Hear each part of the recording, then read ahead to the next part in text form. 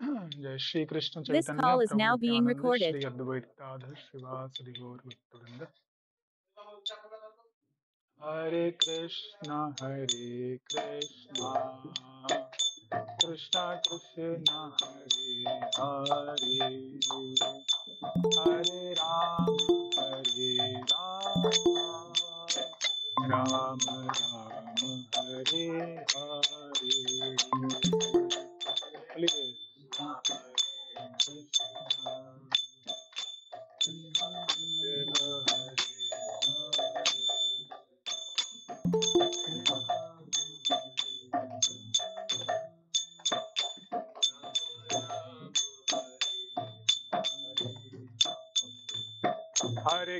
कृष्णा कृष्णा कृष्णा हरे हरे, हरे राम राम राम हरे हरे,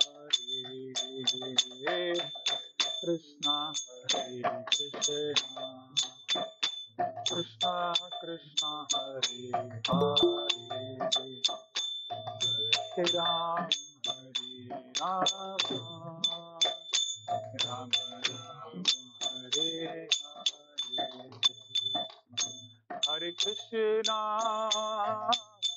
हरे कृष्णा कृष्णा कृष्णा हरे हरे, हरे राम राम राम हरे हरे, कृष्णा हरे कृष्णा हरे हरे, हरे राम, सब लोग बोलिए, हरे राम हरे हरे, कृष्णा कृष्णा कृष्णा हरे हरे, हरे राम राम राम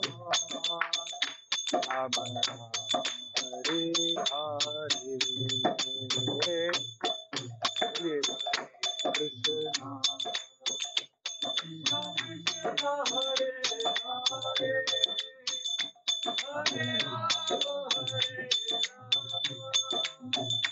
राम राम हरे हरे, हरे कृष्णा कृष्णा कृष्णा हरे हरे, हरे राम राम राम हरे हरे, कृष्णा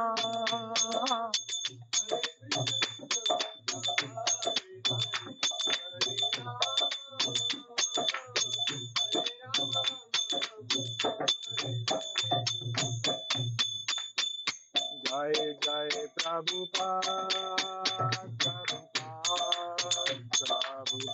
जय श्रीला प्रभुपाद।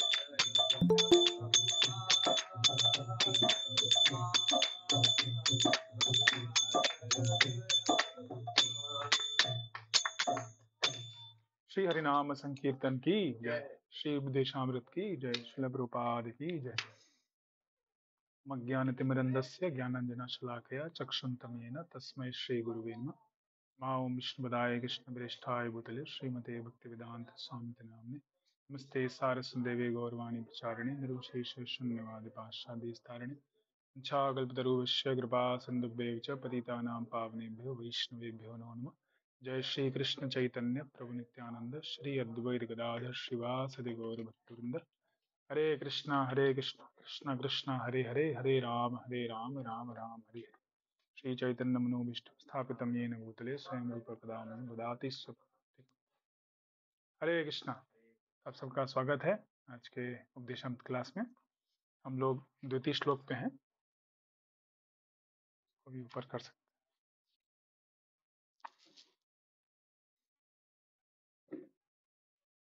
हैं, दे दीजिए। तो हमने देखा अब तक जो भक्ति में बाधाएं हैं उनके विषय में। सबसे पहले प्रभुपाद जी बोलते हैं कैसे वाइट वाले में से होगा।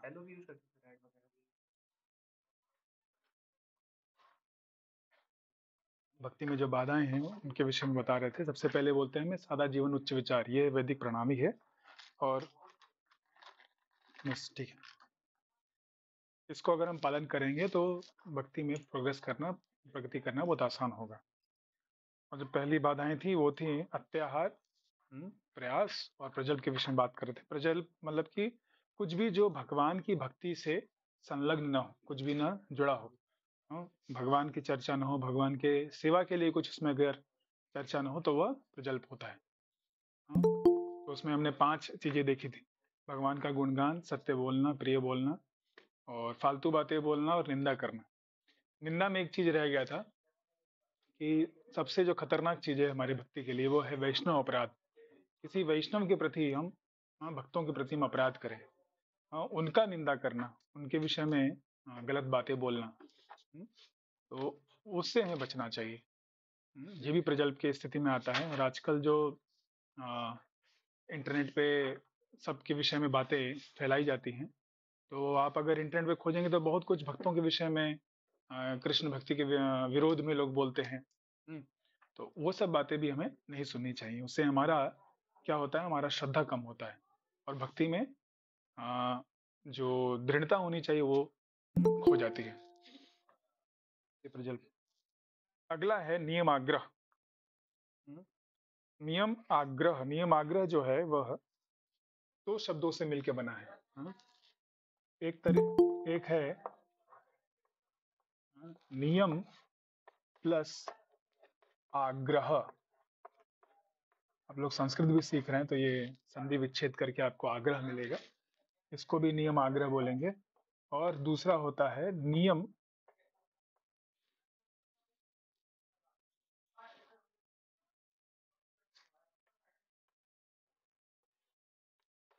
अग्रह। तो नियम यम होता है जो चीजें आपको नहीं करनी चाहिए, वो बताया गया है, जैसे इसमें हम लोग चर्चा कर रहे हैं। और नियम होता है जो करना चाहिए, जैसे 16 माला का जप करना है, भगवान का सेवा करना है। तो जो कानून बनाए गए हैं भक्ति के, उनका पालन करना। लेकिन इसको करते वक्त भी कुछ लोग होते हैं नियम आग्रह मतलब आवश्यकता जो है उसको ज्यादा, सिर्फ अपने गुणगान के हेतु या दूसरों को नीचा दिखाने के लिए। रूपा जी यहाँ पे ट्रांसलेशन में लिखते हैं, आग्रह शब्द का अर्थ है स्वीकार करने की उत्सुकता। बहुत ज्यादा नियमों को स्वीकार करने की उत्सुकता, दिखाना कि हम कितना अच्छी कड़ाई से पालन कर रहे हैं और तुम लोग देखो कुछ नहीं कर रहे। तो यह भावना से लोग करते हैं। और दूसरा है अग्रह। अग्रह न स्वीकार न करना, इन नियमों को स्वीकार नहीं करना, मानना ही नहीं। जैसे गीता में भगवान बोलते हैं कि ये शास्त्र विधि मुझसे जग वर्तते काम कारत, अपनी कामना वासना की पूर्ति के लिए लोग शास्त्रों के नियमों को नहीं मानते, तो न सिद्धि न उनको इस जीवन में शांति नहीं मिलेगी, अगला जीवन का जो सिद्धि हो भी प्राप्त नहीं होगा, दोनों उनका चला जाता है। तो ये नियमों को हमें कड़ाई से पालन करना है, क्योंकि उससे ही हम शुद्ध होंगे। करोड़ों करोड़ों जन्मों से हम यहाँ भौतिक संसार में पड़े हुए हैं और अलग अलग विचारधारा, गलत आदतें, हमारे मन में पड़ी हुई हैं और वो हमको पाप करने के लिए प्रेरित करते हैं। तो जब हम नियमों का पालन करेंगे तो ये सब धीमे धीमे गंदगी जो है शुद्ध होती है। लेकिन नियमों का पालन करना है भगवान की प्रसन्नता, कुछ भी कार्य करना है, भक्ति का जो सेंट्रल पॉइंट है, वह है भगवान को प्रसन्न करना, कृष्ण को, विष्णु को प्रसन्न करना। संसिद्धिर हरितोषणम। इसके अलावा जो कुछ है वह माया के अंतर्गत आता है। अब हम उसमें हैं, हम उसको स्वीकार करके धीमे धीमे शास्त्रों के अनुसार हम आगे बढ़ते हैं और ये सब चीजों को छोड़ के हमेशा भगवान को प्रसन्न करने का प्रयास करें। उस दिन मैं बता रहा था कि रूप गोस्वामी ने भक्ति रसायन सिंधु में बताया है कि जो साधना भक्ति है उसका सबसे महत्वपूर्ण सिद्धांत, बहुत सारे नियम कानून है, बहुत सारी चीजें, लेकिन सबसे महत्वपूर्ण चीज है सततम स्मर्तव्य विस्मर्तव्यम न जातुचित। हमेशा भगवान का स्मरण करना, ये हम कोशिश कर रहे हैं। सुबह उठ के मंगल आरती करना है, नाम जप करना है, भगवान को भोग अर्पण करना है, सेवाएं करनी है, सुनना है, भागवत सुनना है, गीता सुनना है, ठीक है। तो ये सब क्या है? भगवान को स्मरण करने का आसान तरीका है। श्रवणम कीर्तनम विष्णु स्मरणम।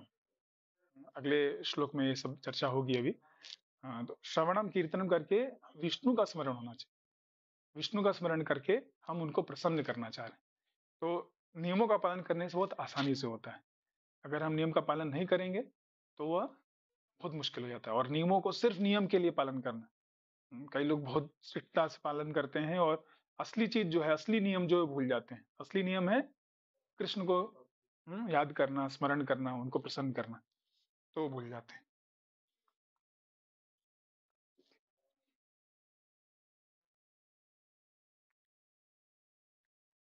तो जो लोग कृष्ण भावना में रुचि रखते हैं उन्हें आर्थिक विकास के विधि विधानों को ग्रहण करने में उत्सुक नहीं होना चाहिए, अपितु शास्त्रों के विधि विधानों को कृष्ण भावना की प्रगति के लिए अत्यंत श्रद्धापूर्वक ग्रहण करना चाहिए। तो जो सांसारिक विधि विधान है वो लोग बड़े अच्छे से मानते हैं, जो संविधान में दिया है, जो पैसा कमाने के लिए आवश्यक है, जरूरी है, वो बहुत अच्छे से मानते हैं। लेकिन कृष्ण भक्ति के लिए चीजें, उसके लिए फिर वो हाँ, दूर होने लगते हैं। नहीं, ये जरूरी नहीं है, आग्रह हो जाता है वो। तो दोनों नियम आग्रह और नियम आग्रह दोनों से बचना है। और फिर जो 4 महत्वपूर्ण सिद्धांत हम लोग पालन करते हैं: अवैध मैथुन, मांसाहार, द्रुत क्रीड़ा तथा मादक द्रव्यों के सेवन से दूर रहकर अनुष्ठानों का दृढ़ता से पालन करना चाहिए। तो ये 4 नियमों का पालन हर व्यक्ति को करना चाहिए। यहाँ तक कि जो शुद्ध भक्त हैं, जिनको जरूरत नहीं इन सबकी, वो भी आते तो इनका पालन करते, वो भगवान के शुद्ध भक्त हैं। हाँ, लेकिन फिर भी वो अपने जीवन में दिखाते हैं कि हमें इन नियमों का पालन करना चाहिए, ताकि हम उनके बताए गए मार्ग, दिखाए गए मार्ग पे चल सकें। प्रभुपाद जी स्वयं नाम जप करते थे और हर जगह जहाँ जाते थे प्रचार करते थे। ठीक है, सिर्फ प्रसाद का सेवन करते थे। तो इन सब चीजों से वो अपना जीवन उन्होंने दिखाया कैसे मुक्त रहना चाहिए।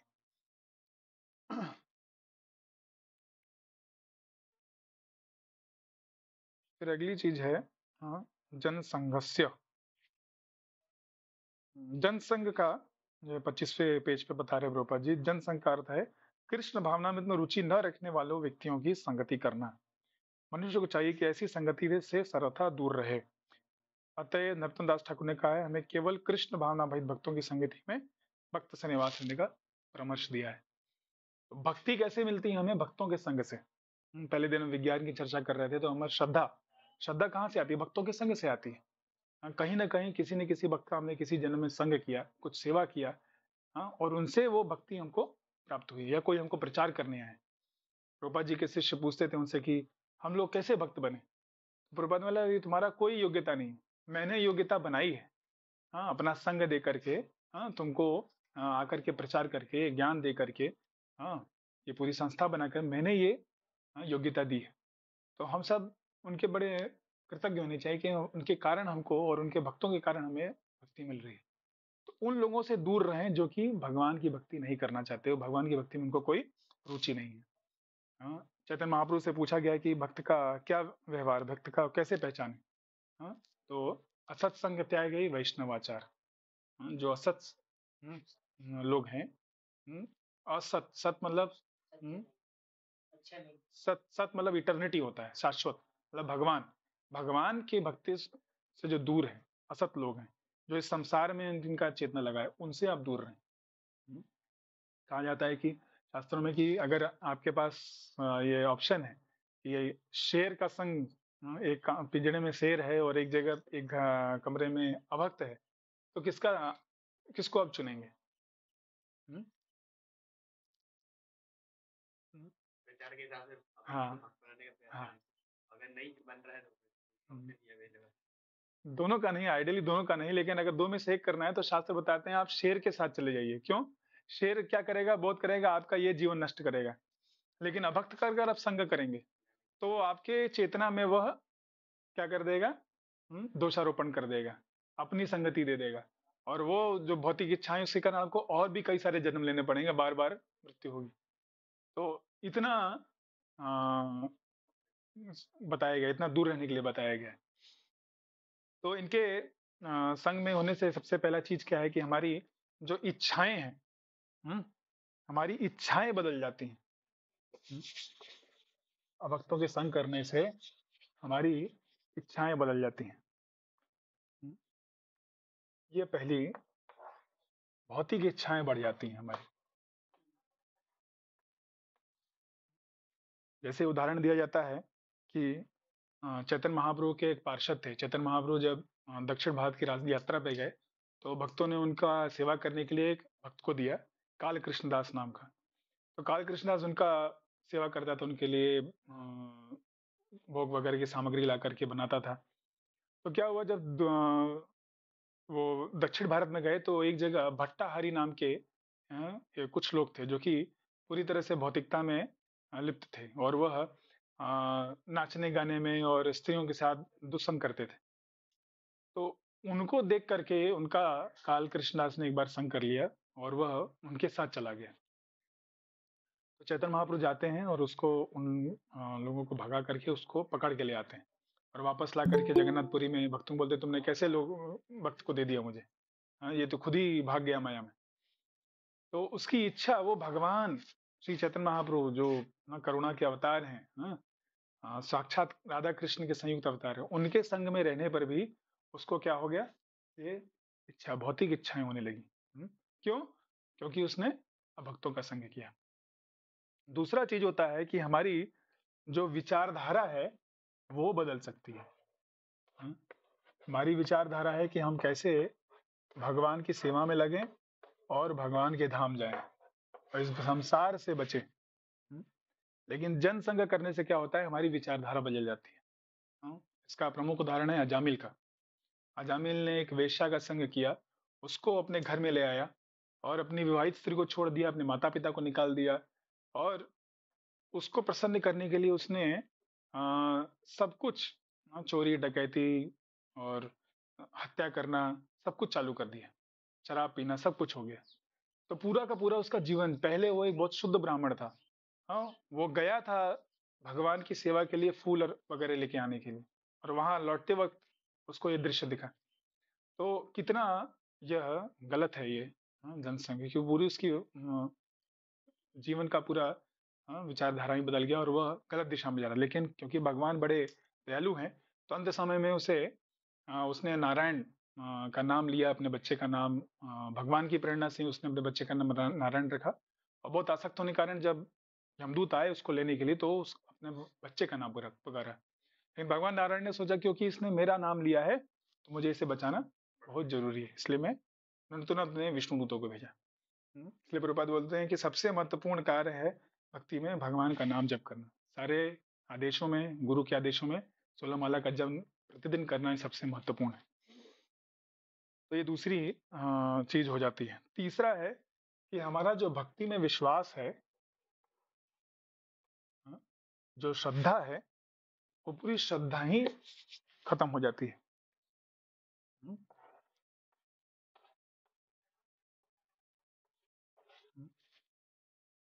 जनसंग करने से, भक्तों का संग करने से। इसके उदाहरण में कहा जाता है कैकेयी माता का। कैकेयी ने क्या किया, कैकेयी भगवान राम को प्रेम करती थी, उनके बारे में मतलब, हाँ, लेकिन उन्होंने मंथरा का संग किया, मंथरा की बातें सुनी और पूरा का पूरा परिदृश्य बदल गया। क्यों? उनकी श्रद्धा जो थी राम में वो खत्म हो गई, वो राम को दुश्मन के रूप में देखने लगी। तो उन्होंने मांगा कि राम को वनवास में भेज दीजिए 14 साल के, और भरत को राजा बना दीजिए। और पूरा रामायण जो है इसी कारण एक तरह से शुरू हुआ। अगर वो भगवान राम नहीं गए होते वन में तो सीता का अपहरण नहीं होता और ये आगे युद्ध नहीं होता। लेकिन वो तो भगवान की लीला है। लेकिन ये शिक्षा दी जा रही है हम लोग को कि देखिए, एक मंथरा का संग किया, पूरे अयोध्या में सारे राम भक्त थे और एक मंथरा जो थी उसका संग करने के कारण इतना सारा प्रॉब्लम्स उनको फेस करना पड़ा। तो उनका जो भक्ति में श्रद्धा था, विश्वास था, वहीं डगमगा दी। तो अब प्रश्न उठता है कि आप करें क्या, क्योंकि हर व्यक्ति तो भक्त नहीं है। हम बाहर की दुनिया के साथ हम क्या कर रहे हैं, आदान प्रदान कर रहे हैं। तो आप संग लीजिए मत, उनका सुनिए मत, उनको संग दीजिए, उनको प्रचार करिए, उनको भक्ति का बारे में बताइए, भक्ति में लाने का प्रयास करिए। और जहां जा रहे हैं, जिस पर्पस के लिए जा रहे हैं, जैसे आप नौकरी करने जा रहे हैं, पढ़ाई करने जा रहे हैं, तो बस वो कार्य करके चले आइए। ज़्यादा उनके साथ घुलिए-मिलिए मत।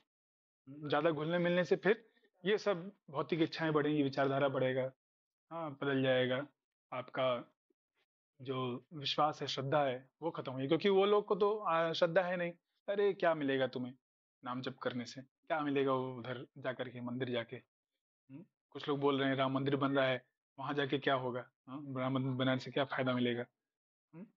तो भगवान का मंदिर बनेगा, भगवान का दर्शन करेंगे लोग, भगवान का धाम में जाएँगे, भगवान के धाम में जो उनकी लीलाएँ हैं, उसका स्मरण होगा, कृष्ण चेतना का विकास होगा। हुँ? तो ये इसीलिए तो मनुष्य जीवन मिला है।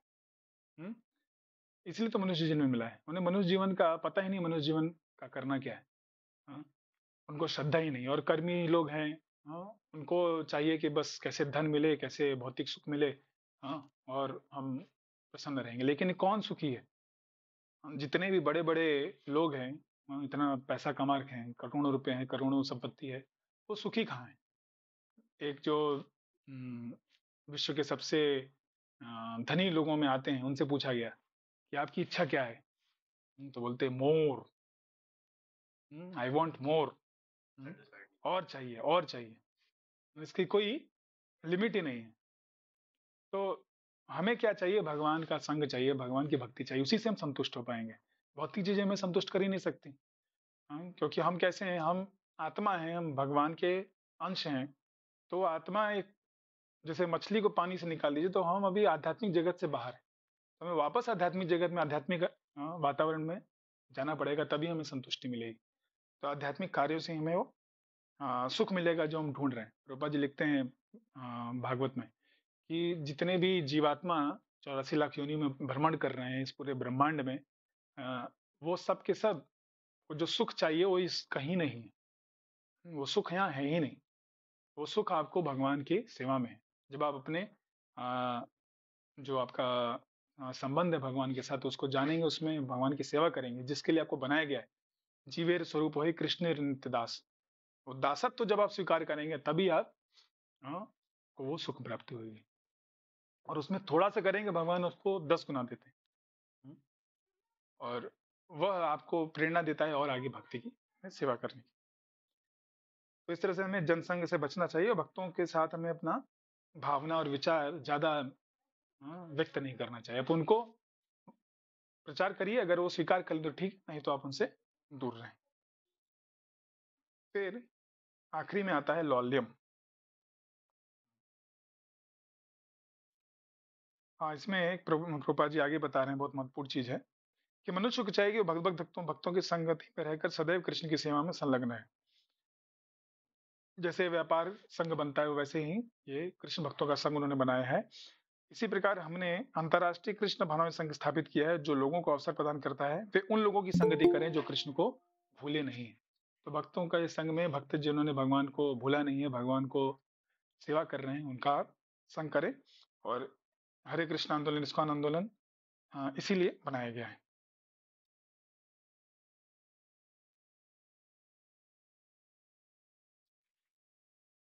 आखिरी है लौल्यम।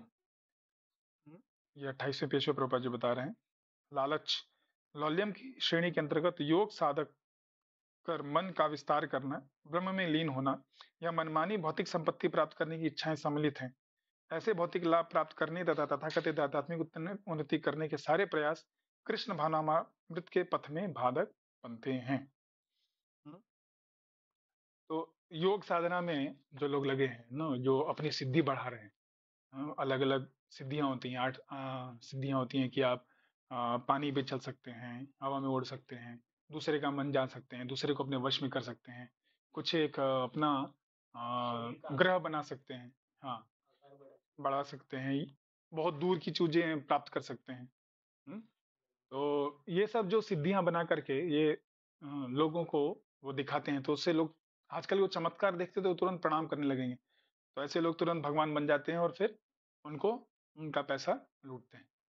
तो ये लौल्यम में आता है, इससे बचना चाहिए। लालच लालच हो गया ना, हमें यश और सिद्धि वो चाहिए, योग साधना के द्वारा आप प्राप्त कर सकते हैं। लेकिन वो क्या है, जब आपका मृत्यु होगा तो वो भी खत्म हो जाएगा। तो ये एक क्या कहते हैं, नश्वर चीज है जिसके पीछे लोग भाग रहे हैं। फिर ब्रह्म में लीन होना, ब्रह्म ज्योति में जाकर के लीन होना। तो वहां पे आप जा सकते हैं, लेकिन वहां पे जाने के बाद जब आप वहां पे कुछ कार्य करना चाहें, वहां कुछ करने के लिए नहीं है। आत्मा इस बद्ध अवस्था में भी, देखिए छोटा बच्चा है कितना एक्टिव रहता है, तो बड़ा होने के बाद तो और ज्यादा एक्टिविटी करेगा। सोते हैं तब भी एक्टिव रहता है। हाँ, तो जब भगवान के उस ब्रह्मज्योति में जाएंगे तो वहां भी आपको और आपको एक्टिविटी करना है। आप चाहते हैं, लेकिन वहां कुछ एक्टिविटी है नहीं, बस ध्यान, बस वो ज्योति है। तो इसलिए क्या होता है, उनका फिर पतन हो जाता है। तो ये जो मनुष्य जीवन है उन्होंने व्यर्थ कर दिया। ऐसे बार बार बाबा जी बोलते हैं, कर्मी और ज्ञानी बार बार जाते हैं आते हैं, जाते हैं आते हैं, गिरते हैं। भक्ति का मौका जब तक भगवान का, भक्तों का संग नहीं करेंगे तब तक नहीं मिलेगा। भक्ति सिर्फ एक्सेप्ट नहीं करेंगे, हाँ, संग में आकर के स्वीकार नहीं करेंगे। प्रभुपाद जी बोलते हैं कि अनेक अनेक जन्म के बाद वो उनको समझ में आता है। लेकिन वहीं अगर जो भक्त जो दे रहे थे, प्रभुपाद जी की पुस्तक में जो ज्ञान दिया वो अगर स्वीकार कर लें तो तुरंत वो भक्ति में आगे बढ़ जाएंगे। तो ये भक्तों के संग को स्वीकार करना बहुत जरूरी है, जो ज्ञान दे रहे हैं और पालन करना। तो उससे आप इन सभी लोगों से आगे बढ़ जाएंगे। और मनमानी भौतिक संपत्ति प्राप्त करने की इच्छाएं, हाँ, जो पूरा संसार है, संसार को भोगने की इच्छाएं, ये सब लौल्य में आ जाएंगी। तो इससे बचना है, क्योंकि ये हमने करोड़ों करोड़ों जन्म किया है और फिर भी हम संतुष्ट नहीं है। हिरण्यकशिपु के पास पूरा का पूरा ब्रह्मांड, तो ब्रह्मा जी बन गया था एक तरह से। सारा इंद्र चंद्र वायु सबको हटा के वो सारे के ऊपर कंट्रोल कर रहा था, लेकिन फिर भी एक व्यक्ति उसका पालन नहीं किया। एक छोटा प्रहलाद 5 साल का बच्चा उसकी बात नहीं माना, वो उसको सहन नहीं था और उस कारण उसको मारने का प्रयास किया और सब कुछ खत्म हो गया एक सेकंड में। वैसे ही रावण, हाँ, रावण भी विश्व विजेता बन गया था, यमराज तक उसने एक तरह से हरा दिया था। फिर भी सीता को प्राप्त करने के कारण, को भोग करने की इच्छा कारण उसका पतन हो गया। यहाँ पे फिर प्रभुपाद जी आगे पूंजीवादी और साम्यवादियों की चर्चा कर रहे हैं। पूंजीवादी एवं साम्यवादियों के मध्य जो आधुनिक युद्ध चल रहा है वह अत्याहार के संबंध में श्रील रूप गोस्वामी के उपदेश की अवमानना के कारण है। तो इसको बोल रहे हैं ये अत्याहार के विरोध में, अत्याहार के कारण हो रहा है। पूंजीवादी मतलब जो लोग बड़े बड़े इंडस्ट्री सेटअप कर रहे हैं और उससे पैसा कमाने का प्रयास कर रहे हैं, तो वहां पे जो वर्कर लोग हैं उनको उन्होंने शोषण किया। तो साम्यवाद, कम्युनिज्म आया कि भाई ये सारा जो पैसा है, सारा जो संपत्ति है वो सब में बराबर में बांटनी चाहिए। लेकिन न तो पूंजीवादी सही कार्य कर रहे हैं, ना साम्यवादी सही कार्य कर रहे हैं। क्योंकि ये सब कुछ किसका है, कृष्ण का है। भगवान बोलते हैं गीता में, अहम सर्वस्व प्रभो मत्ता सर्वम प्रवर्तते, सब कुछ मेरा है, सब कुछ मेरे से आया है। भुक्तारम यज्ञ तपसाम सर्वलोक महेश्वर। तो कृष्ण का है, कृष्ण की सेवा में लगना चाहिए। लेकिन पूंजीवादी क्या कर रहे हैं, वो अपने पास रखना चाह रहे हैं और जो साम्यवादी है वो सब में बांटना चाह रहे हैं। तो दोनों असंतुष्ट हैं। देख सकते हैं जो पिछले 50 साल में रशिया, चाइना, इन सब ने साम्यवाद का पालन करने का प्रयास किया, लेकिन वहां पे कोई संतुष्टि नहीं। वहां सब, वहां लोग उतने ही असंतुष्ट हैं जितने की। टीचिंग की बात अलग है, मैं कह रहा हूँ जो कम्युनिज्म की बात कर रहे हैं, जो कम्युनिज्म का जो साम्यवाद का जो विचारधारा है वो कितना वो संतुष्ट नहीं है। कम्युनिज्म की सब कुछ स्टेट का है, सारे लोग का है, सब में इक्वली डिवाइड कर दो। प्रभुपाद जी आप उदाहरण देते हैं कि मान लीजिए रास्ते में आप चल रहे हैं और कहीं कुछ नोट पड़ा हुआ है। तो एक व्यक्ति जो है वो क्या करेगा, देख सकता है अरे किसी का नहीं है, लेके रख लिया, तो वह चोर है। तो दूसरे का सामान चुरा ले रहा है, रख ले रहा है। दूसरा व्यक्ति सोचता है अरे नहीं ये तो पैसा है, हमें कुछ नहीं करना है, ये मेरा नहीं है, मुझे क्या करना है। तो वह भी गलत है। तीसरा व्यक्ति वो जाता है, देखता है ये पर्स किसका है, एड्रेस कुछ दिया है, तो उस व्यक्ति के पास जाके उसको दे देता है पैसा। तो वो सही व्यक्ति है, उसने सही कार्य किया। तो ये सारा संसार जो है, सारी जो भौतिक संपत्ति है, वो सब का सब भगवान का है। ईशावास्यदम सर्वम यत्किंचन जगत्याम जगत तेन त्यक्तेन भुंजिता माँ गृदा कस्य सिद्धनम, ईशोपनिषद का पहला श्लोक है। सब कुछ कृष्ण का है। तो वो जान करके आप समझिए ये वस्तु, हम, हमारा शरीर, हमारी आत्मा, सब कुछ, सारा प्रॉपर्टी जितना भी है, सारे लोग, सब भगवान के हैं। तो इसलिए भगवान की सेवा में लगाएं, उससे सारे के सारे ये जो प्रॉब्लम्स हैं बड़े आसानी से सॉल्व हो सकते हैं। आप कुछ कह रहे थे? हाँ, वो पहले आप पैसा बता रहे थे, फिर पर्स बताए। पर्स अगर हाँ, पर्स पे किसी का कुछ लिखा नहीं होता है। पर्स मतलब पर्स ही गिरा हुआ है एक तरह से, वो कुछ ना कुछ तरीका तो फाइंड आउट करेगा। मैं कह रहा हूँ कि सोचेगा कि भाई ये किसका है। पैसा गिरा होगा तो हाँ कहाँ से किसको मिलेगा वो ठीक है, तो आप ला करके भगवान के मंदिर में डाल दीजिए। हाँ, जो डोनेशन बॉक्स में डाल, भगवान का है और किसी लक्ष्मी तो किसी को मतलब दान कर दीजिए। हाँ, दान भी करेंगे तो पता नहीं वो किस तरह इस्तेमाल करेगा। को कुछ खिला दो। हाँ, धर्म के कार्य में लगा दीजिए। पूंजीवादी की संपत्ति को साम्यवादियों को हस्तांतरित करने मात्र से आधुनिक राजनीति की समस्या का समाधान नहीं हो सकता। वास्तव में सारे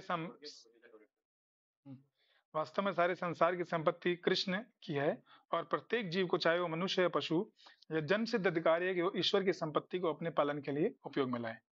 तो जो आपका अधिकार है जितना, आप उतना कोटा लीजिए और कृष्ण की सेवा में लगाइए। जब कोई व्यक्ति, चाहे वो पूंजीवादी हो या साम्यवादी हो, अपने पालन की आवश्यकता से अधिक ग्रहण करता है तो चोर होता है और प्रकृति के नियमों द्वारा दंडित होने के योग्य है।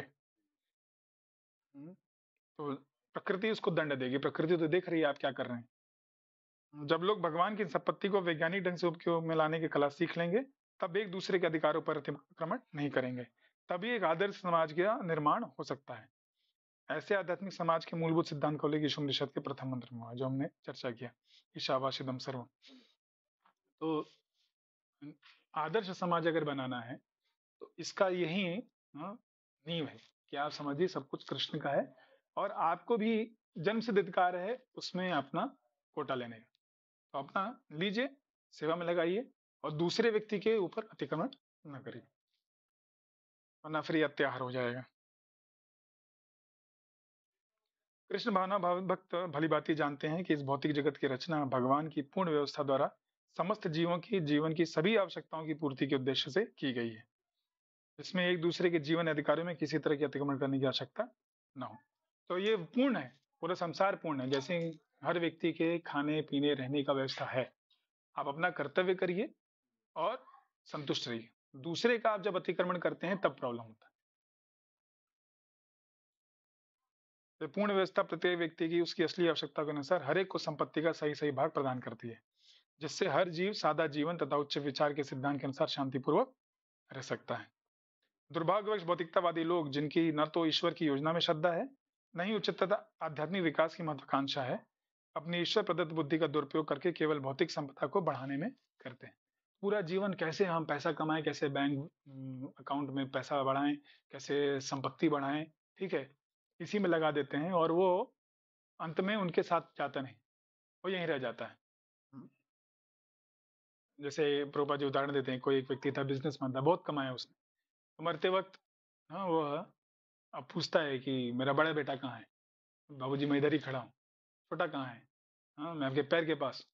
मझला कहाँ है? इधर साइड में हूँ। तो बोला मेरे फैक्ट्री में कौन है? और क्या क्या मर जाता है। तो अंत में भी उसका ध्यान यही रहता है कि हाँ फैक्ट्री का ध्यान रह रहा है, फैक्ट्री को कौन देखेगा। तो वो उसी फैक्ट्री में जाके चूहा बन जाता है। तो इतना मेहनत हाँ किसी काम का नहीं। हमें इन सब चीजों से सीख लेना चाहिए, और कोशिश करना चाहिए कि हम इस अत्याचार के चक्र में न पड़े।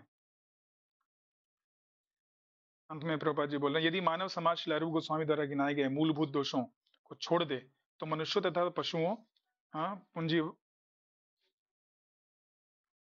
पूंजीपतियों तथा साम्यवादियों आदि के बीच का सारा वैमनस्य दूर हो जाएगा। यही नहीं, आर्थिक या राजनीतिक विषमता या अस्थिरता की सारी समस्याएं हल हो जाएंगी। जितनी भी मानव समाज में समस्या, सारी समस्याएं हल हो जाएंगी अगर ये 6 दोषों को हम छोड़ दें। शुद्ध चेतना, यह शुद्ध चेतना समुचित आध्यात्मिक शिक्षा तथा अभ्यास द्वारा जागृत की जा सकती है। तो इसके लिए क्या चाहिए? आध्यात्मिक शिक्षा जो हम दे रहे हैं, गीता के ऊपर आधारित, ईशोपनिषद इन सब के ऊपर आधारित, और अभ्यास, आपको अभ्यास करना होगा। सुनना पहला चीज है, फिर उसको अपने जीवन में पालन करना है, जो वैज्ञानिक रीति से कृष्ण भावना आंदोलन द्वारा प्रदान की जा रही है। यह कृष्ण भावना आंदोलन एक आध्यात्मिक समुदाय का संगठन प्रदान करता है जो विश्व में शांतिपूर्ण स्थिति ला सकता है। तो कृष्ण भक्ति द्वारा हम असल में शांति ला सकते हैं। आप देखिए हमारे जो आंदोलन है उसमें अमेरिका के लोग हैं, रशिया के लोग हैं, यूक्रेन के लोग हैं जो एक दूसरे से लड़ाई कर रहे हैं। हाँ, पाकिस्तान में भी प्रचार हो रहा है, हर जगह प्रचार हो, पूरे विश्व में प्रचार हो, और सब लोग साथ भक्ति कर सकते हैं। क्योंकि कृष्ण हमारा केंद्र है। हमारा यूक्रेन का वॉर हो रहा था तो डिवोटी लोग साथ में, हाँ, यूक्रेन रशिया के लोग साथ मिलकर कीर्तन कर रहे थे।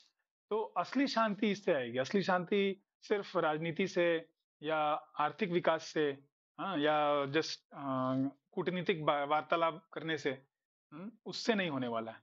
और वो हम देख रहे हैं बार बार विफल हो रहा है। पहले लीग ऑफ नेशंस था, फिर यूनाइटेड नेशंस है, फिर अभी हर व्यक्ति अपना कोई ब्रिक्स बना रहा है, कोई G20 बना रहा है। हाँ, लेकिन उससे कोई भी सोल्यूशन नहीं आ रहा है। और युद्ध बढ़ता ही जा रहा है। क्यों? क्योंकि लोग ये 6 दोषों से पूर्ण है। इन 6 दोषों को छोड़ करके कृष्ण भक्ति में लगना है। वो कृष्ण भक्ति में कैसे लगना है, इसके लिए अब तीसरा श्लोक बता रहे हैं कि कृष्ण भक्ति कैसे की जाए। वह उसके लिए क्या अच्छी आदतें हैं, क्या अच्छी गुण है, वो कैसा होना चाहिए। तो हम श्लोक संख्या 3 में लेंगे। हमारे पीछे बोलिए। उत्साहात निश्चयात धैर्यात तत्तत् कर्म प्रवर्तनात् संगत्यागात् सतोवृत्ति षड्भिर्भक्ति प्रसिद्ध्यति। शुद्ध भक्ति को संपन्न करने में 6 सिद्धांत अनुकूल होते हैं। पहला, उत्साही बने रहना, निश्चय के साथ प्रयास करना, धैर्यवान होना, नियामक सिद्धांतों के अनुसार कर्म करना, यथा श्रवणम कीर्तनम विष्णु स्मरणम, कृष्ण का श्रवण कीर्तन तथा स्मरण करना, अभक्तों की संगति छोड़ देना, पूर्ववर्ती आचार्यों के चरणों चिन्हों पर चलना। ये 6 सिद्धांत निसंदेह शुद्ध भक्ति की पूर्ण सफलता के प्रति आश्वस्त करते हैं। तो ये 6 चीजें आपको अगर भक्ति में पूर्ण सफलता प्राप्त करनी है तो करनी होगी। प्रसिद्धति, प्रसिद्ध न प्रकृष्ट रूपेण सिद्ध्यति, कि आप अच्छे से पूर्ण सफलता प्राप्त कर पाएंगे। कब? जब हम ये 6 चीजों का पालन करेंगे। तो इसमें उत्साही बने रहना, हमारे आचार्य बोलते हैं कि जिसमें जो जीवित है वही व्यक्ति प्रचार कर पाएगा, वही भक्ति कर पाएगा। तो उत्साह होना चाहिए भक्ति करने का। हमें कुछ भी करना है तो उत्साह चाहिए। पढ़ाई करना है, कुछ नौकरी करनी है, कुछ खेल खेलना है ना, कुछ बनना है बड़ा, तो उत्साह होना ही चाहिए। तो भक्ति सबसे ऊंचा चाहिए। भक्ति योग टॉप मोस्ट योग है। और सबसे ऊंचा स्थान प्राप्त करने को वैकुंठ धाम, गोलोक धाम प्राप्त करना है तो उसके लिए हमें उत्साही होना चाहिए। लेकिन उत्साह के साथ हमें निश्चय भी होना चाहिए, भाई ये सही पथ है। ये इसी को स्वीकार करके हम प्राप्त कर सकते हैं। जैसे हम किसी रास्ते पे चल रहे हैं और 2 रास्ते आ जाएं उसमें, तो हम पता नहीं किधर जाना है, लेकिन कोई व्यक्ति बता दे नहीं इधर जाना है, तो फिर वो निश्चय के साथ हम उस पर चलेंगे। वरना बार बार रुक के पूछते रहेंगे भाई रास्ता सही है कि नहीं है। तीसरा है कि धैर्यवान हो। हमें पेशेंस चाहिए कि भक्ति का तुरंत क्या है, फल नहीं मिलता है। ऐसा नहीं कि आज भक्ति चालू की और कल हम भगवान के धाम पहुंच गए, समय लगता है। तो धैर्यवान रहिए। और फिर तत्त कर्म प्रवर्तना, जो भक्ति में बताया गया है नियम, जो आदेश दिए गए हैं आचार्य द्वारा, उनको पालन करते रहना, नियामक सिद्धांतों के अनुसार कार्य करना। और फिर से आ रहा है, जैसे पिछले में था जनसंग, जनसंग से दूर रहे, यहाँ पे अभक्तों की संगति छोड़ दें। तो इतना महत्वपूर्ण है कि इसको बार बार रिपीट कर रहे हैं रूप गोस्वामी। और फिर है पूर्व आचार्यों के चरण चिन्हों पे चलना। जो हमारे शुद्ध भक्त हैं, हमारे आचार्यगण हैं, हमारी परंपरा में आते हैं, उनके बताए मार्ग पे चलना। और फिर पहले के जो साधु भक्त हैं, प्रहलाद महाराज, ध्रुव महाराज, नारद मुनि, व्यासदेव, इन लोगों के दिखाए गए मार्ग पे चलना। तो इससे पहले कि इनके बारे में और डिटेल बताएं, सबसे पहले प्रभुपाद जी भक्ति के विषय में बता रहे हैं, क्योंकि अब प्रॉपर एंगेजमेंट की बात हो रही है। तो पहले जानना जरूरी है कि भक्ति क्या है। कई लोग सोचते हैं बस भाव हो गया, हम गए भगवान को दर्शन किया, आंखों से आंसू आ गए, ठीक है। कई लोग को रात को कृष्ण सपने में आते हैं, वो सुबह सुबह उठ के सबको बताते रहते हैं। तो भारत में ऐसे बहुत लोग मिल जाएंगे कि भगवान ने बताया, भगवान ने किया। तो ये सही है नहीं, इसके लिए भक्ति का जो परिभाषा है वो पहले उसकी चर्चा कर रहे हैं। प्रभुपाद जी बहुत महत्वपूर्ण चीज बता रहे हैं शुरुआत के ही लाइन में। भक्ति भावनात्मक चिंतन या काल्पनिक उर्मी नहीं है, हाँ? काल्पनिक जो इमेजिनेशन और एक्सटेसी नहीं है, हाँ जस्ट उन्माद नहीं है कि आज आज के आनंद कीजिए लोग बोलते हैं। तो वो ऐसा नहीं, आज आनंद आया तो भक्ति ठीक है और कल आनंद नहीं आया तो नहीं। नहीं, भक्ति प्रतिदिन, हाँ ये एक प्रक्रिया है, हर रोज करनी है, भले हमें आनंद मिले ना मिले। और भावनाएं, हाँ हमको आ रही है नहीं आ रही उससे हमें नहीं कार्य करना है। यह दिन प्रतिदिन हमें ये इस प्रोसेस, इस प्रक्रिया को पालन करना है। तो ये भावुकता नहीं है। रूप गोस्वामी ने अपने भक्ति रसम सिंधु में भक्ति की परिभाषा इस प्रकार से दी है। अन्याभिलाषिता शून्यम ज्ञान कर्मादि नावृतम आनुकूल्येन कृष्णानुशीलनम भक्ति उत्तमा। तो यह शुद्ध भक्ति की परिभाषा है। जैसे हमने बताया भक्ति रसामृत सिंधु का जो सार है वह भक्ति इस उपदेशामृत में चर्चा किया जा रहा है। तो वह भक्ति रसामृत सिंधु का जो उस पूरे के पूरे पुस्तक का जो परिभाषा सूत्र है वो ये है कि शुद्ध भक्ति है क्या है, रूप गोस्वामी ने दिया है। और बड़े बड़े जो आचार्यगण हैं उन्होंने इस भक्ति की व्याख्या के ऊपर अपनी टीकाएं लिखी हैं। तो जब वो भक्ति रसामृत सिंधु चर्चा की जाएगी तो उस वक्त आप लोगों को उससे बताया जाएगा। यहाँ पे संक्षेप में बस चर्चा करेंगे हम। तो इसमें दो चीजें हैं, एक है आपका स्वरूप लक्षण और दूसरा है तटस्थ लक्षण।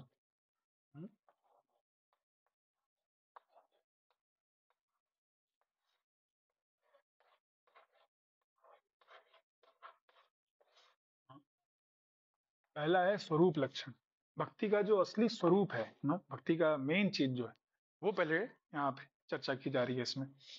तो वो क्या है, अनुकूलेन कृष्णानु अनुशीलनम, कि भक्ति कैसी होनी चाहिए, अनुकूल होनी चाहिए।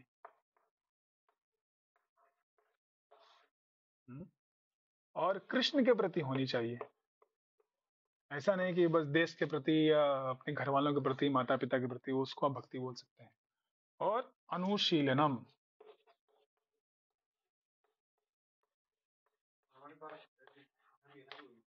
माता पिता या राष्ट्र के प्रति अगर भक्ति होनी चाहिए तो भाव से होनी चाहिए कि भगवान की। भक्ति शब्द का इस्तेमाल सिर्फ कृष्ण के लिए होना चाहिए, वो कृष्ण के लिए इस्तेमाल कर सकते हैं। उसको लोग देशभक्ति और बोलते हैं लेकिन वो सही नहीं है। यही इसलिए यहाँ पे इसको परिभाषा बताया जा रहा है, परिभाषा दिया जा रहा है। भक्ति की परिभाषा क्या है, शुद्ध भक्ति की परिभाषा क्या है। तो यह प्रमुख चीज है, स्वरूप लक्षण है, मेन चीज ये है। और फिर इसको बचाने के लिए, बाकी चीजों से अलग करने के लिए तटस्थ लक्षण बताए गए हैं। वह है अन्याभिलाषिता शून्यम ज्ञान कर्मादि अनावृतम, ये दोनों है। पहले हम स्वरूप लक्षण की चर्चा करेंगे। अनुकूल्येन, यह अनुकूल होनी चाहिए। अनुकूल्येन, अनुकूल मतलब जिसको करने से भगवान प्रसन्न हो, भगवान के भक्त प्रसन्न हो, उनके तरफ ले जाए हमको। जैसे स्मरण करने के लिए कहा जाता है कि कंस जो है वो बहुत स्मरण करता था, हमेशा भगवान का स्मरण करता था, उठते बैठते सोते जागते हमेशा कहीं ये कृष्ण आ रहा है मुझे मारने वाला है। लेकिन यह जो स्मरण था वह अनुकूल नहीं था। वो कृष्ण को मारना चाहता था, कृष्ण की सेवा नहीं करना चाहता था। बार बार प्रतिदिन एक एक राक्षस भेजता था। आखिरी में कृष्ण को बुलाया मथुरा में द्वंद्व युद्ध के लिए और वहां मारने का प्रयास किया, हाथी से कुचलने का प्रयास किया, अनेक अनेक तरीके की। तो वह प्रतिकूल था। वो स्मरण कर रहा है, हाँ कृष्ण का स्मरण कर रहा है, हमसे ज्यादा स्मरण कर रहा है। जितना हम जो साधना भक्ति कर रहे हैं, हम तो भगवान को इतना स्मरण नहीं कर पाते, लेकिन वो हमसे ज्यादा स्मरण कर रहा है 24 घंटे। क्यों? क्योंकि वो कृष्ण से डर, भय था उसको, भय के कारण, भयात। लेकिन उसको भक्त में नहीं चर्चा किया जाता कि वो भक्त नहीं। हाँ पिछले जन्म में वो जय विजय से आए वो अलग बात है, लेकिन यहाँ पे जो अभी, हाँ कंस के रूप में वह, हाँ नहीं वो जय विजय नहीं थे, वो जरस, जय विजय नहीं थे, वो तो शिशुपाल दंतवक्र थे। कंस वो नहीं था। कंस कालनेमी या कालनेमी का कालनेमी का वो था। शिशुपाल जिनको कृष्ण ने सुदर्शन से काट दिया, जो भगवान के विषय में गलत बोलता था, हमेशा अपराध करता था। तो यहाँ चर्चा ये है कि अनुकूल होना चाहिए। अब दूसरा एक उदाहरण आचार्य वृंद देते हैं यशोदा माई का, कि यशोदा माँ ने क्या किया, कृष्ण को दूध पिला रही थी और वहीं दूर दूसरा जो दूध उबल रहा था वो गिरने वाला था, तो उसको जा करके रोकने के लिए कृष्ण को रख के चली जाती। तो एक तरह से कृष्ण जो है वहां क्रोधित हो जाते हैं। बाद में दामोदर लीला होती है, तो लग रहा है कि जैसे यशोदा जो है वो भक्ति नहीं कर रही है। नहीं, वो अनुकूल था। वो किस लिए गई थी? ताकि उस दूध का वो मक्खन बनाएंगी और कृष्ण को खिलाएंगी। लेकिन दूध अगर वो गिर जाए, जल जाए, तो फिर दूध का इस्तेमाल नहीं हो सकता कृष्ण के लिए। तो वो इस बहाना से नहीं गई थी कि मेरा दूध है बच जाएगा, मैं खराब हो जाएगा, मेरा नुकसान हो जाएगा, उसलिए नहीं। कृष्ण की सेवा, जो आगे आने वाली सेवा है, वह रुक जाएगी, उसके लिए वो गई थी दौड़ करके। तो इसलिए वो अनुकूल, उनका कार्य अनुकूल था। अनुकूल होना चाहिए। जो हम कर रहे हैं वह अनुकूल होना चाहिए।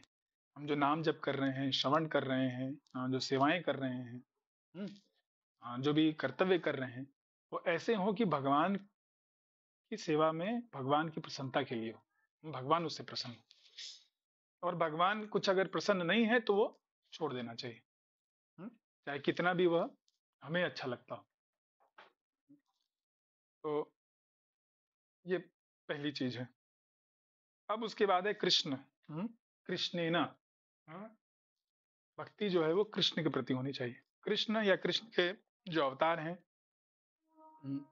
हाँ हाँ, राम, भगवान श्री राम, भगवान नरसिंह देव, वामन देव, वराह देव, असंख्य अवतार है भगवान। लेकिन प्रमुखता हम लोग कृष्ण भक्ति कर रहे हैं, क्योंकि कृष्णस्तु भगवान स्वयं। सारे के सारे जो अवतार है उनके स्रोत भगवान स्वयं, भगवान है वो। यह भागवत का परिभाषा सूत्र है कि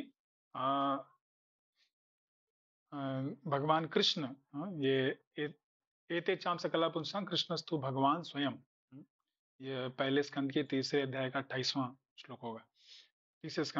तीसरे चैप्टर में आता है कि कृष्णस्तु भगवान स्वयं।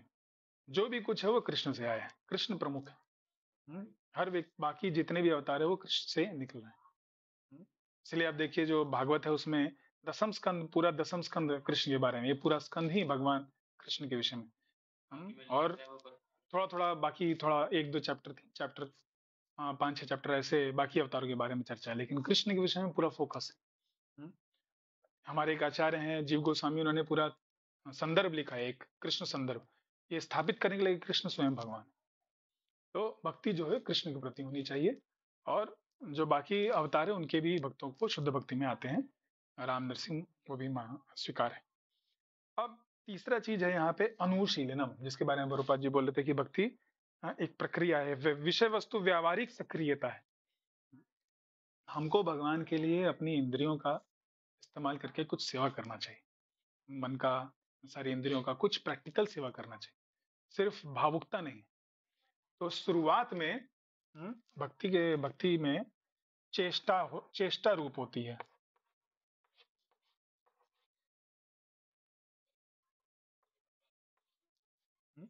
और जैसे आगे बढ़ते हैं भाव और प्रेम के स्तर पे, तो भाव रूप हो जाती है।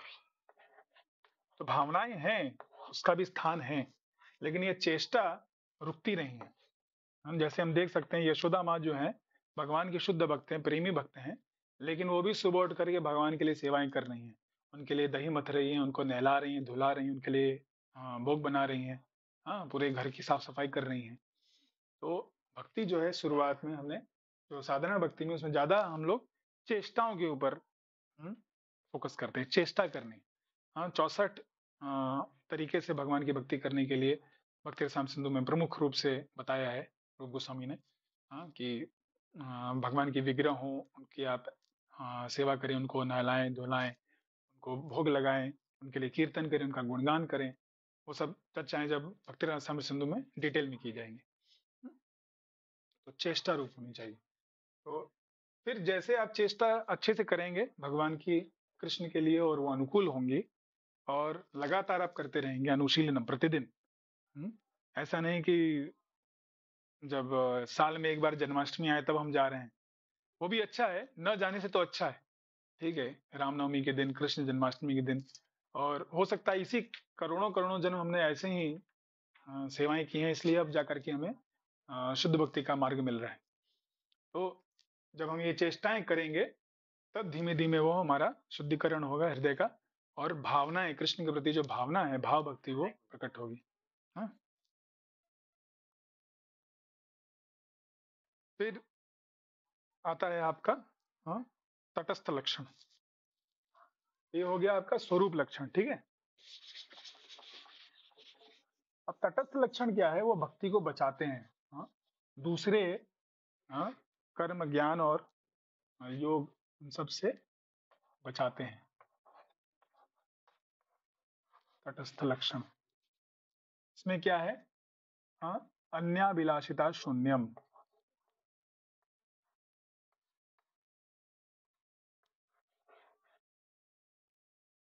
यहाँ पे नहीं आएगा, इसको मुझे लिखना पड़ेगा।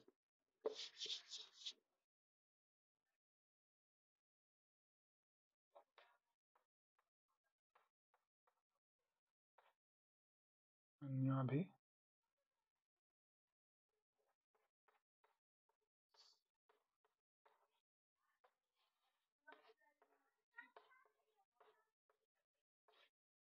शून्यम और ज्ञान कर्म अनावृतम। ज्ञान कर्मादि अनावृतम, इससे अनावृत होना चाहिए। तो ये दो है, ये तटस्थ लक्षण में अन्याभिलाषिता शून्यम।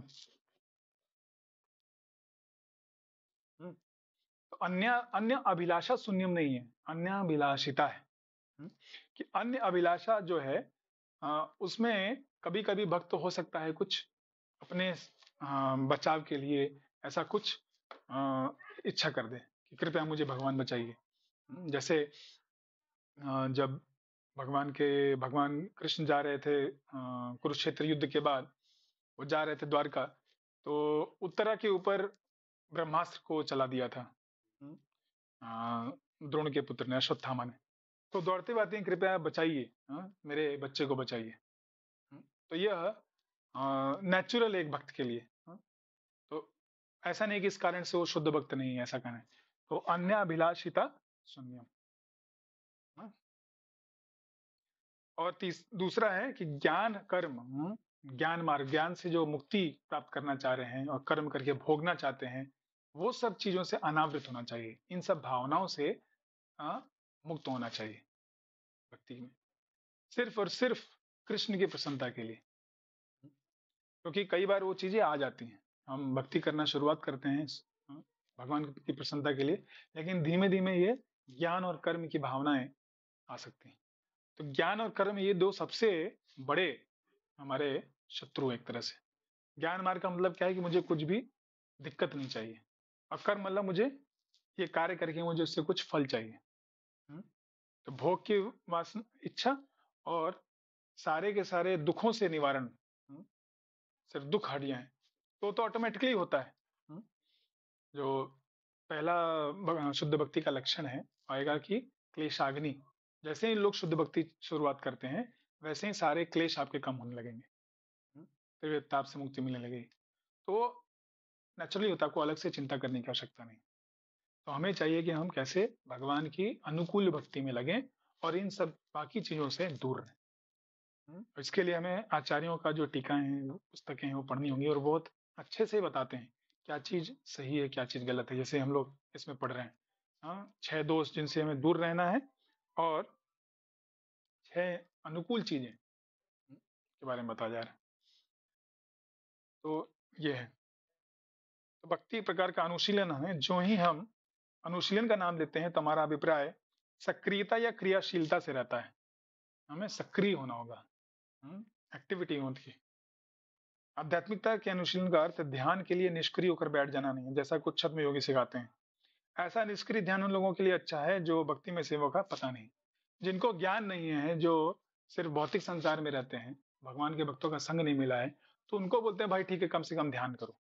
ध्यान का मतलब क्या है? जो व्यर्थ काम कर रहे हो, जो और अपने ऊपर पाप में रिएक्शंस ला रहे हो, उससे बच जाओगे। दूसरों को जो तुम परेशान करोगे, उससे दूर रहो। तो इसलिए ठीक है, एक जगह बैठो, ध्यान करो। कम से कम ध्यान करते वक्त तुम कुछ गलत कार्य नहीं करोगे। तो इसलिए उनके लिए ऐसे जो लोगों को भक्ति का जिनको ज्ञान नहीं, उनके लिए ध्यान की आवश्यकता है।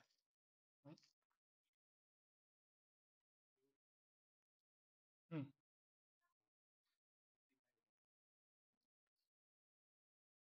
46 हो रहा है, 46 हो रहा है टाइम। अच्छा, ठीक है, बस यहीं पे बात समाप्त करेंगे, आगे से हम कर लेंगे। ध्यान का अर्थ है कम से कम ध्यान करते समय व्यर्थ के कार्यकलापों को रोक देना। किंतु भक्ति में सेवा न केवल ऐसे सभी व्यर्थ सांसारिक कार्यकलापों को रोकती है, अपितु मनुष्य को सार्थक भक्ति कार्यों में भी लगाती है। तो सार्थक भगवान को प्रसन्न कर रहे हैं, भगवान को साथ हमारा संबंध जुड़ रहा है, दूसरे जीवों को हम भगवान के तरफ ले आ रहे हैं, ठीक है, तो ये सार्थक है। और बाकी जो निरर्थक कार्य है संसार के, वो उससे हम दूर रह रहे हैं। तो आज हम ये समाप्त करते हैं। हमने देखा कैसे भक्ति की जो परिभाषा है, न्याभिलाषता, तटस्थ लक्षण, स्वरूप लक्षण देखा, और एक प्रमुख चीज समझने का प्रयास किया कि कैसे भक्ति में क्रियाशीलता होनी चाहिए, कुछ न कुछ प्रैक्टिकल एक्टिविटी में करना है, ना कि सिर्फ बैठ करके या भावुकता में रहना है। हरे कृष्ण। किसी का कुछ प्रश्न है तो पूछ सकते हैं, हमारे पास 1-2 मिनट है। हाँ, हमारे